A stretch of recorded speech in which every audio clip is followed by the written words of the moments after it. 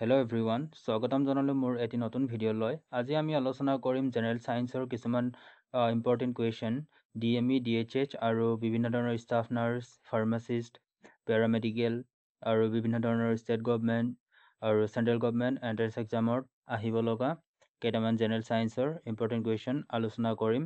তো ইয়াতে ফাৰ্ষ্ট কুৱেশ্যনটো দিয়া আছে আপোনালোকৰ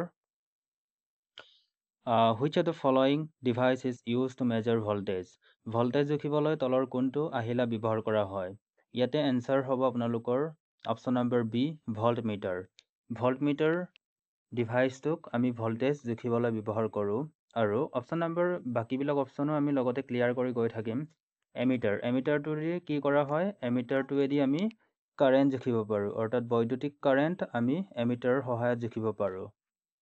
আৰু আপোনালোকৰ জেনেৰেটৰটো এক প্ৰকাৰৰ ডিভাইচ হয় যিটো ডিভাইচৰ দ্বাৰা আমি মেকানিকেল এনাৰ্জিক ইলেক্ট্ৰিকেল এনাৰ্জিলৈ কনভাৰ্ট কৰোঁ আৰু মটৰো ঠিক তেনেধৰণৰ এটা ডিভাইচ হয় যোনটো ডিভাইচৰ দ্বাৰা আমি ইলেক্ট্ৰিক এনাৰ্জিক আমি মেকানিকেল এনাৰ্জিলৈ কনভাৰ্ট কৰিব পাৰোঁ। কুৱেশ্যন নম্বৰ 2 দিয়া আছে What is the SI unit of electric field? Electric ফিল্ডৰ SI ইউনিটৰ বিষয়ে ইয়াতে সোধা হৈছে। ইলেক্ট্ৰিক চাৰ্জ বুলি ক'লে ইলেক্ট্ৰিক চাৰ্জৰ SI ইউনিটটো আপোনালোকৰ হ'ব কলম বা ইলেক্ট্ৰিক কাৰেণ্টৰ কাৰণে হ'ব আপোনালোকৰ এম্পিয়াৰ আৰু ইয়াতে সোধা হৈছে কি SI unit of electric field. প্ৰথমতে আমি গম পাব লাগিব ইলেক্ট্ৰিক ফিল্ড মানেনো কি। ইলেক্ট্ৰিক ফিল্ড মানে হ'ল ইলেক্ট্ৰিক ফিল্ডক ইৰে বুজোৱা হয় E = F divided by A অৰ্থাৎ ইলেক্ট্ৰিক ফিল্ড মানে হ'ল ফ'ৰ্চ পাৰ ইউনিট এৰিয়া। ফ'ৰ্চৰ SI এককটো আমি জানো, ফ'ৰ্চৰ SI একক হ'ল নিউটন আৰু এৰিয়াৰ কাৰণে যোনটো ক্ষেত্ৰফলৰ কাৰণে আমি SI একক ব্যৱহাৰ কৰোঁ সেইটো হ'ল মিটাৰ স্কোৱাৰ। গতিকে আমাৰ ইলেক্ট্ৰিক ফিল্ডৰ কাৰণে যোনটো SI ইউনিট হয় সেইটো কি হ'ব? নিউটন পাৰ মিটাৰ স্কোৱাৰ। অৰ্থাৎ যোনটো অপশ্যন এত দিয়া আছে নিউটন পাৰ মিটাৰ সেইটো শুদ্ধ নহয়। অপশ্যন চিত দিয়া আছে নিউটন পাৰ মিটাৰ স্কোৱাৰ, অৰ্থাৎ option number C is the right answer. আৰু বাকীবিলাক অপশ্যনৰ বিষয়ে আমি কিছুমান ক্লিয়াৰ কৰোঁ। অপশ্যন নম্বৰ বিত দিয়া আছে নিউটন, আপোনালোকে গম পায় নিউটন ফ'ৰ্চৰ ইউনিট অৰ্থাৎ বলৰ যোনটো SI ইউনিট। আৰু চি ডি মানে হ'ল কেণ্ডেলা। কেণ্ডেলাটো আপোনালোকৰ ইণ্টেনচিটি অফ লাইটৰ যোনটো ইণ্টেনচিটি হয় তাৰ SI ইউনিট কেণ্ডেলা হয়।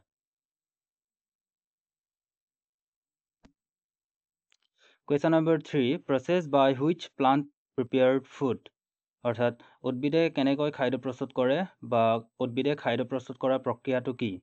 সেইটো সকলোৱে গম পায়, সালোক সংশ্লেষণ বুলি কোৱা হয় অসমীয়াত, অৰ্থাৎ photosynthesis. Option number A is the right answer. সালোক সংশ্লেষণত কি হয়? সালোক সংশ্লেষণত উদ্ভিদে কাৰ্বন ডাই অক্সাইড আৰু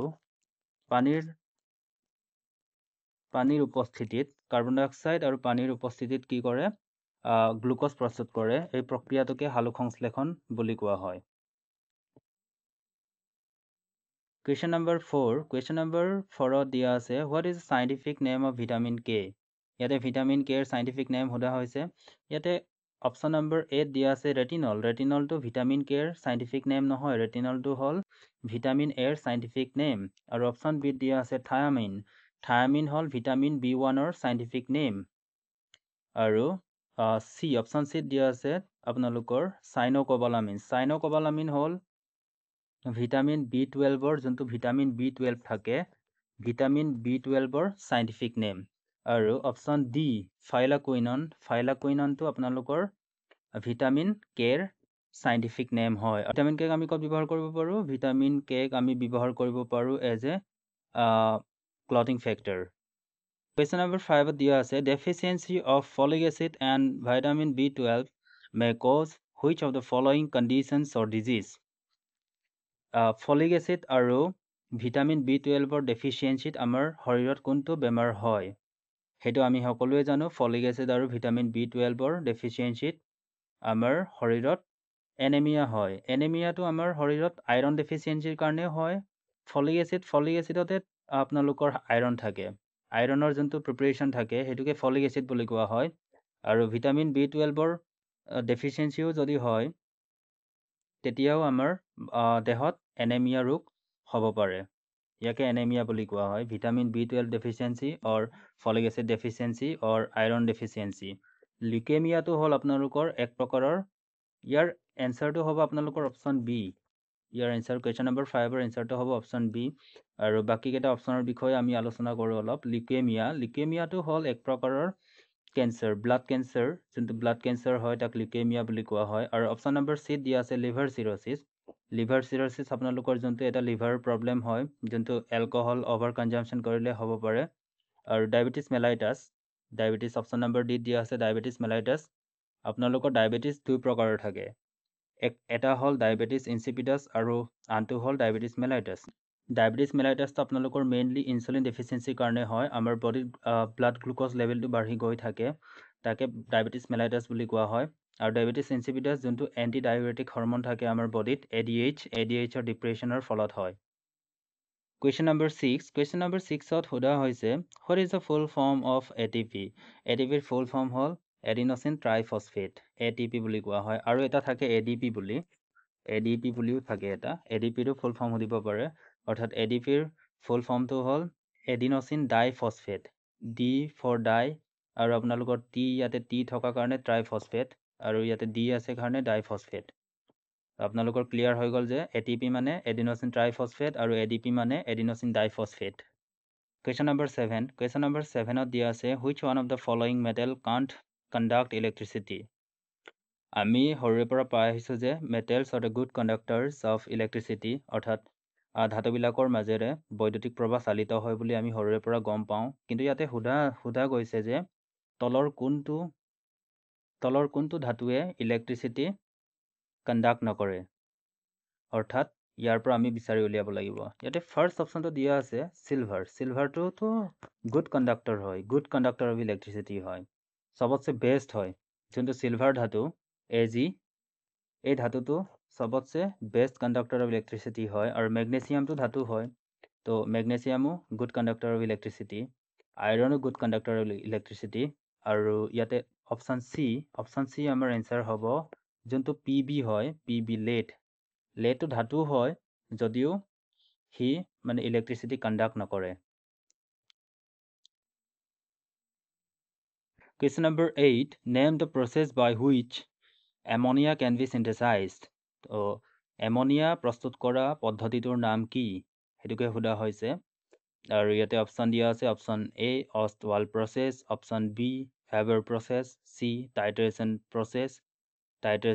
আৰু অপশ্যন D ফেলিং টেষ্ট ইয়াতে অপশ্যন নম্বৰ B হ'ব আমাৰ correct answer option number B is the correct answer তো হেভাৰ প্ৰচেছত কি হয় আপোনালোকৰ হেভাৰ প্ৰচেছত nitrogen N2 plus H2 nitrogen আৰু হাইড্ৰজেনৰ মাজত বিক্ৰিয়া ঘটে এনজাইমৰ উপস্থিতিত অৰ্থাৎ এনজাইম মানে হ'ল অনুঘটক বুলি কোৱা হয় অসমীয়াত নিকেল এনজাইমৰ উপস্থিতিত নাইট্ৰজেন আৰু হাইড্ৰজেনৰ মাজত বিক্ৰিয়া ঘটি এমনিয়াৰ সংকেতটো হ'ল NH3 এমনিয়া প্ৰস্তুত হয় এই প্ৰচেছটোকে হেভাৰ প্ৰচেছ বুলি কোৱা হয় আৰু হেভাৰ প্ৰচেছৰ দ্বাৰাই এমনিয়া প্ৰস্তুত কৰা হয় ডাঙৰ ইণ্ডাষ্ট্ৰীবিলাকত আৰু বাকীবিলাক যিবিলাক অপশ্যন দিয়া আছে যেনে টাইট্ৰেশ্যনটো আপোনালোকৰ চল্ট এনালাইচিছত কৰা হয় আৰু ফেলিং টেষ্টটো আপোনালোকৰ কাৰ্বহাইড্ৰেট চুগাৰ সেইবিলাকৰ কাৰণে কৰা হয় অষ্টৱাল প্ৰচেছ সেইটো ছালফিউৰিক এচিডৰ কাৰণে কৰা হয় question number 9 which one of the following statement is true about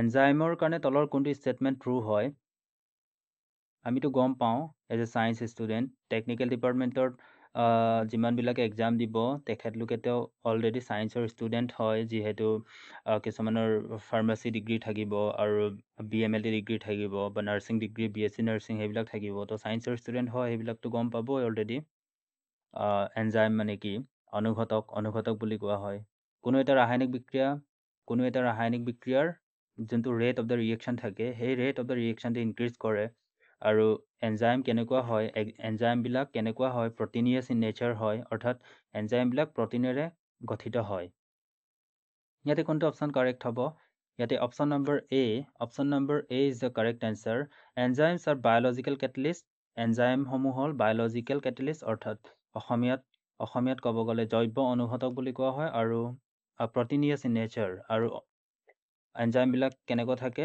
protein থাকে এনজাইমবিলাক প্ৰটিনেৰে গঠিত হৈ থাকে তো option number A is the correct answer.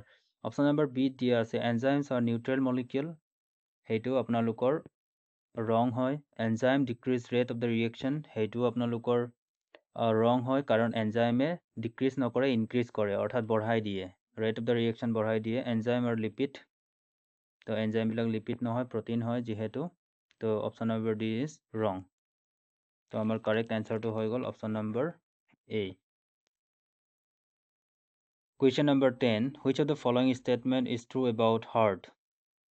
যোনটো আমাৰ হাৰ্ট হয়, হৃদপিণ্ড বুলি কোৱা হয়, তলৰ কোনটো ষ্টেটমেণ্ট সত্য হয়? এই অপশ্যনত দিয়া আছে হাৰ্ট ইজ ডাইজেষ্টিভ অৰ্গেন, হাৰ্টটো এটা ডাইজেষ্টিভ অৰ্গেন বুলি কৈছে, সেইটো ডাইজেষ্টিভ অৰ্গেন নহয়। ডাইজেশ্যন মানে হ'ল আপোনালোকৰ খাদ্য হজম হোৱা যোনটো প্ৰচেছটো, আপোনালোকৰ ক্ষুদ্ৰান্ত, বৃহদ্ৰান্ত বা ষ্টমাক, সেইবিলাকত য'ত ডাইজেষ্ট হয় সেইটোক ডাইজেষ্টিভ ছিষ্টেম, ডাইজেষ্টিভ ট্ৰেক বুলি কোৱা হয়। আমাৰ এলিমেণ্টাৰী কেনালটো, বাকাল কেভিটিটো আপোনালোকৰ এনাছ। তো অপশ্যন বিত দিয়া আছে heart is two chamber structure, ইয়াতে দুটা চেম্বাৰ, দুটা কোঠালি থকা ষ্ট্ৰাকচাৰ বুলি কৈছে, যিহেতু সেইটো ৰং, সেইটো ৰং। আৰু অপশ্যন নম্বৰ চিত দিয়া আছে heart is 4 chamber structure and help in pumping of oxygenated blood throughout the body from the left ventricle, সেইটো হয় নিচিনা লাগিছে। আৰু অপশ্যন নম্বৰ ডিত দিয়া আছে heart is hall' organ, heart is, সেইটো হল' অৰ্গেন নহয়, খালী অৰ্গেন নহয় সেইটো। আপোনালোকৰ হাৰ্টৰ ষ্ট্ৰাকচাৰটো কেনেকুৱা হয়? হাৰ্টৰ ষ্ট্ৰাকচাৰটো মই চিম্পলি এনেকৈ আঁকিছোঁ। হাৰ্টত 4টা চেম্বাৰ থাকে, 4টা চেম্বাৰ থাকে। এই ওপৰৰ পাৰ্টটোক কোৱা হয় এট্ৰিয়াম বুলি কোৱা হয়, আৰু তলৰ পাৰ্টটোক ভেন্ট্ৰিকল বুলি কোৱা হয়। এই ওপৰৰ পাৰ্টটো হ'ল আপোনালোকৰ যোনটো সেইটো ৰাইট এট্ৰিয়াম হ'ব, ৰাইট এট্ৰিয়াম, সেইটো ৰাইট ভেন্ট্ৰিকল RV, আৰু সেইটো হ'ব আপোনালোকৰ লেফ্ট এট্ৰিয়াম, আৰু সেইটো হ'ব আপোনালোকৰ লেফ্ট ভেন্ট্ৰিকল।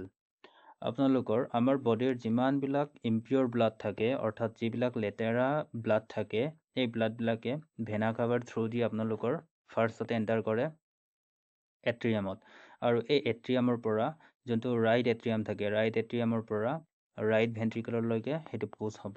ইয়াতে ট্ৰাইকাস্পিড ভাল্ভ এটা থাকে, ইয়াৰ পৰা পাৰ হয় ইয়াতে আহিব, আৰু ইয়াৰ পৰা যোনটো ৰাইট ভেন্ট্ৰিকলৰ পৰা পালমোনাৰী আৰ্টেৰী বুলি থাকে, পালমোনাৰী আৰ্টেৰী আপোনালোকৰ ব্লাডটো লৈ যাব, আৰু ইয়াতে লাংছত সেই লেতেৰা ব্লাডটো ইয়াতে পিউৰিফাই হৈ পেলাই এণ্টাৰ কৰিব লেফ্ট এট্ৰিয়ামত এণ্টাৰ কৰিব। তাৰপিছত লেফ্ট এট্ৰিয়ামৰ পৰা আকৌ লেফ্ট ভেন্ট্ৰিকলত যাব, লেফ্ট ভেন্ট্ৰিকলৰ পৰা আমাৰ বডিত থ্ৰু আউট দ্য বডি সেইটো চাৰ্কুলেট হ'ব। তেনেকুৱা হয় হাৰ্টৰ মেকানিজিমটো। অৰ্থাৎ আপোনালোকে সেইটো মনত ৰাখিলেই হ'ল যে হাৰ্টত 4টা কোঠালি থাকে। Heart is a 4 chamber structure and it helps in pumping of oxygenated blood throughout the body from left ventricle. ভেন্ট্ৰিকলটো মনত নাৰাখিলেও হয়। তো ধন্যবাদ ভিডিঅ'টো শেষলৈ চোৱাৰ বাবে।